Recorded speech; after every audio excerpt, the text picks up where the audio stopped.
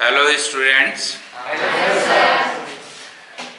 Today I am sitting in class 12th and today we are going to discuss about the preparation of examination. परीक्षा की तैयारी के संबंध में जो है वो हम लोग बात करेंगे। और ये इसलिए भी मैं ये वीडियो इसलिए बनाने का सोचा क्योंकि आप लोगों का टाइम टेबल जो है वो आ चुका है ना?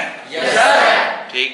और टाइम टेबल आया है तो उस हिसाब से जो है वो आप लोग थोड़ा सा प्रेशराइज भी फील कर रहे होंगे कि किस टाइप से जो है वो हमको पढ़ाई करना चाहिए, क्या स्ट्रैटेजी। क्योंकि अब यदि आप लोग टाइम टेबल को देखेंगे और जैसे आप लोगों ने देखा कि जो है वो कोविड का जो इन्फ्लुएंस है वो एक बार फिर से बढ़ रहा है, कोरोना के मामले जो है वो फिर से बढ़ रहे हैं।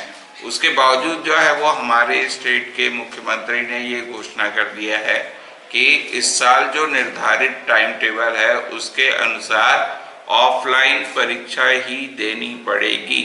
मतलब आपको जो है वो स्कूल में आके परीक्षा देना पड़ेगा। तो उस हिसाब से हम अपनी तैयारी को पूरी रखते हैं। अब वो बाद में देखा जाएगा, परीक्षा होगा नहीं होगा ये तो हम अभी से कोई भविष्यवाणी नहीं कर सकते हैं। उसके बावजूद हम ये मान के चल रहे हैं कि परीक्षा जो है वो होनी है। तो उस स्थिति में जो है वो परीक्षा में हम किस प्रकार से अभी से तैयारी करें ताकि 2 महीने के बाद जो हमारा बोर्ड का एग्ज़ाम है वहाँ पर हम सफलतापूर्वक अपनी परीक्षा दे सकें। और लेकिन उसके पहले जो है I will ask some of my students how they are feeling about their timetable and what they are preparing, how they are preparing for the examination. मेरे साथ है मेरे क्लास का एक स्टूडेंट है डाकेश कुमार दर्रो। तो पहले जो है मैं इसी से ही पूछता हूँ कि ये जो है वो परीक्षा की तैयारी किस प्रकार से कर रहा है और क्या फील कर रहा है टाइम टेबल आने के बाद से। यस सर, बहुत अच्छा फील हो रहा है और पढ़ाई भी अच्छा से चल रहा है। तो कोई प्लानिंग करके पढ़ाई कर रहे हो या प्लानिंग कैसे, क्या प्लान किए हो?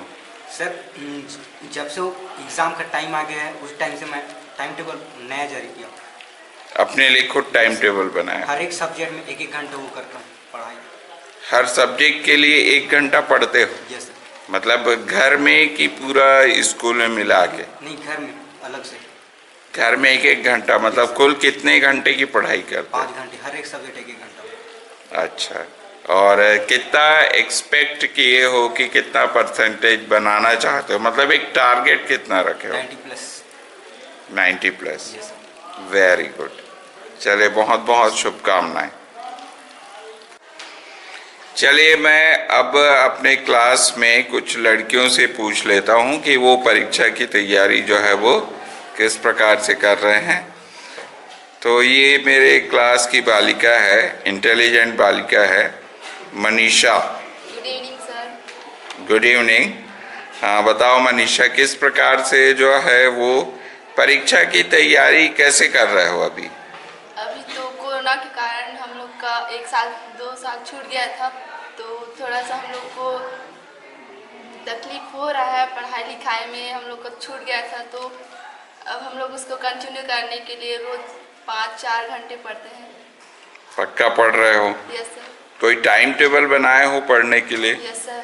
और टाइम टेबल के अलावा, लेकिन टाइम टेबल तो बनाना है, ठीक है, बहुत अच्छी बात है, लेकिन उस पे स्टिक भी रहना है, मतलब उसको फॉलो करना है टाइम टेबल को, है ना? ठीक है। तो कितना घंटे की पढ़ाई करते हो? 4 घंटे की पढ़ाई करते हो? जो ज़्यादा जिसमें ज़्यादा हम लोग को समझ नहीं आता है वो वाला विषय ज़्यादा, उसको ज़्यादा टाइम देते हैं। तो कौन सा विषय अभी कठिन लग रहा है तुमको? Physics sir. फिजिक्स। अब फिर से जो है मैं एक स्टूडेंट, चंद्रशेखर जैन इनका नाम है, आर्ट्स ये लिए हैं। तो आर्ट्स विषय जो है वो थोड़ा सा सरल लगता है जैन? जी सर, सरल लगता है। सरल लगता है, लेकिन इंग्लिश तो जो है वो सभी के लिए कॉमन है। इंग्लिश जो है वो सरल लगता है या कठिन लगता है? सरल लगता है सर। सरल ही लगता है इंग्लिश भी, यस सर। है ना? तो किस प्रकार से इंग्लिश की तैयारी खास करके और अदर सब्जेक्ट्स की तैयारी जो है वो किस प्रकार से कर रहे हो? सर डेली की डेली सुबह पढ़ते हैं सर, फिर नाइट को, फिर जो समझ नहीं आता ना उस विषय को क्लास टीचर से पूछते हैं, सब्जेक्ट वाइज टीचर से, फिर वो बताते हैं जहाँ पे हमको कठिन होता है वहाँ पे। ओके, चले ठीक है, best of luck Chandrashekhar Jain. Thank you sir. और आप सभी लोगों को बेस्ट ऑफ लक। तो जो है वो, जैसे मैंने अपने स्टूडेंट से पूछा कि किस प्रकार से उनकी तैयारी चल रही है, और थोड़े से शाई हैं स्टूडेंट्स तो इसलिए बोल नहीं पाते हैं, लेकिन चले अच्छी बात है, आप लोग परीक्षा की तैयारी अच्छे से कर रहे हैं। लेकिन मैं जो है वो आप लोगों को आज कुछ टिप्स देना चाहूँगा कि पढ़ाई जो है वो टाइम टेबल आने के बाद, निश्चित तौर पे जब टाइम टेबल आता है तभी हम लोग जो है बहुत ज़्यादा प्रेशर फील करते हैं कि किस प्रकार से तैयारी करना है। तो मैं आज आप लोगों को जो है वो 4 टिप्स जो है वो बताऊंगा। 4 tips I will tell you. So first one is planning. आपका परीक्षा का दिन कितना बचा हुआ है उसको जो है वो आपके सब्जेक्ट कितने हैं उससे आप डिवाइड कर दीजिए, और देखिए कि आपको जो है वो एक एक विषय के लिए फिर कितने दिन का समय मिलता है। जैसे मान लो आज आप बैठे और आपने सोचा कि मेरे पास जो है वो लगभग 2 महीने का समय है। 2 महीना छोड़ दीजिए अब तो जो है वो, क्योंकि टुडे इज 7th, ओके, तो जो है वो 2 महीने तो छोड़ दीजिए। तो आपके पास जो है मात्र 50 दिन का समय है, और आपके पास कितना सब्जेक्ट है टोटल पढ़ने का? 5। तो मतलब एक सब्जेक्ट को आप 5-5 दिन समय दे सकते हैं, ठीक है? 10-10 दिन समय दे सकते हैं, सॉरी, ठीक है, 5-10 50। लेकिन 10 दिन का समय जो है वो कि 10 दिन मैं एक ही सब्जेक्ट को पढ़ूं फिर 10 दिन, ऐसा मत कीजिए। दिन भर का आप टाइम टेबल बनाइए कि मेरे को इस सब्जेक्ट को कितना टाइम देना है, इस सब्जेक्ट को कितना टाइम देना है। तो पहला चीज होता है आपका टाइम टेबल। टाइम टेबल बना लेना तो जो है बहुत आसान होता है, लेकिन उस पर स्टिक रहना, मतलब उससे चिपके रहना कि मैं टाइम टेबल को फॉलो करूंगा, ये अपने दिमाग में बिठा के रखिए। तो ये आपका पहला पॉइंट हुआ। दूसरा पॉइंट है आपका कंसिस्टेंसी। कंसिस्टेंसी का मतलब क्या हुआ कि आप किसी भी दिन जो है वो पढ़ाई को स्किप मत कीजिए। मतलब आज का आपने टाइम टेबल छोड़ दिया कि छोड़ो ना यार, आज मैं नहीं पढ़ूंगा, कल पढ़ लूंगा, ऐसे करके, तो एक रूटीन में लाना पढ़ाई को ये बहुत मुश्किल होता है, ठीक है? कि एक बार जो रूटीन में आपका आ गया है उस चीज को यदि आप एक दिन के लिए 2 दिन के लिए भी छोड़ देते हैं तो वापस उसी रूटीन में आना जो है वो बहुत ज्यादा मुश्किल होता है। तो एक कंसिस्टेंसी रखिए। भले दिन भर में आप 2 घंटे पढ़िए, लेकिन हर दिन 2 घंटे आपको पढ़ना, ठीक है? कोई जरूरी नहीं है कि आप 5 घंटे पढ़ें, लेकिन हर दिन 2 घंटे पढ़ना है, ये कंसिस्टेंसी रखिए। हर दिन मुझे पढ़ाई करना है, हर दिन मुझे स्कूल जाना है, ये कंसिस्टेंसी रखिए। और यदि आप हर दिन स्कूल जाते हैं तो आपका आधा तो जो है मेहनत ऐसे ही बच जाता है, आप यदि आप क्लास अटेंड कर रहे हैं तो, ठीक है?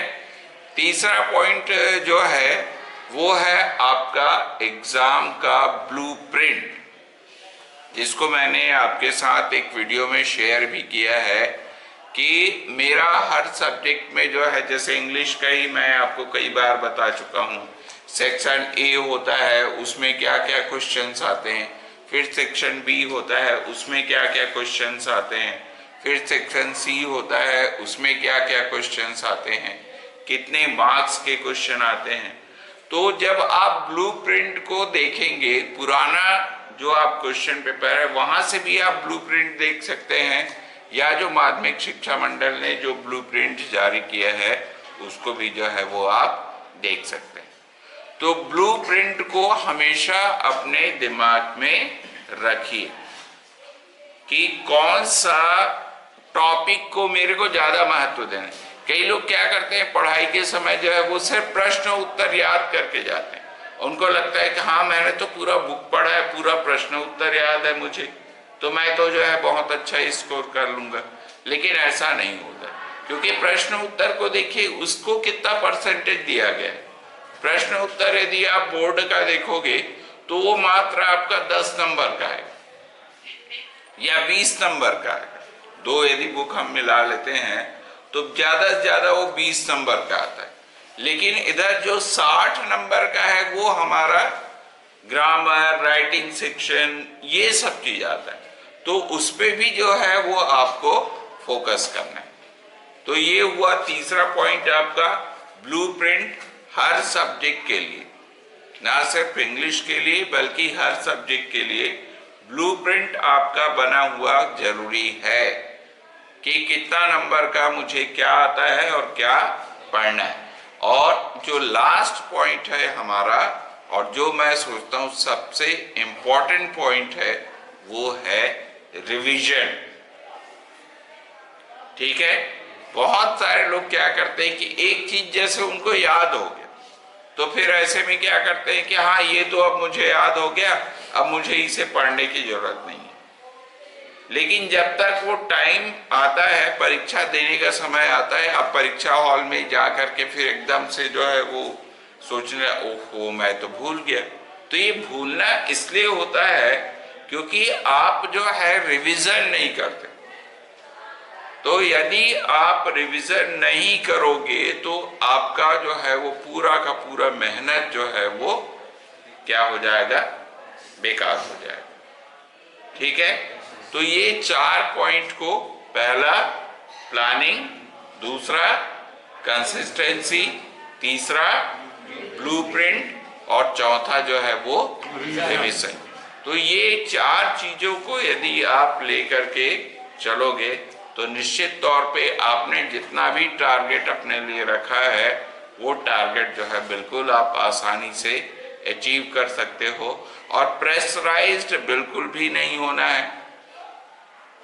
ठीक है, यानी मेरे से, और तैयारी यदि आपकी अच्छी रही तो बिल्कुल भी आप प्रेशराइज फील नहीं करोगे। ठीक है, तो wish you a best of luck for your examination. Okay, तो आज का वीडियो जो है वो हम लोग यहीं पर समाप्त करते हैं। और ये